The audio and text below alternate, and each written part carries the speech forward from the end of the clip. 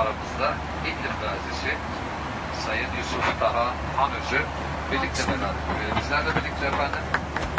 Kolay yolculuk yapıyor. Kendisinin aynı zamanda bugün doğum günü. Türk Hava Yolları ailesi ekip adına. Bizlerle olduğu için kendisine teşekkür eder. Size teşekkür ederim. Ayrıca Sayın Hanözü'ye de mutlu yıllar diliyorum. Sizlere alçak sohbet edeceğim. Tekrar işler dilerim. Ladies and gentlemen, now we are ready to write on the beats. We have a celebration. I'd like to give you information.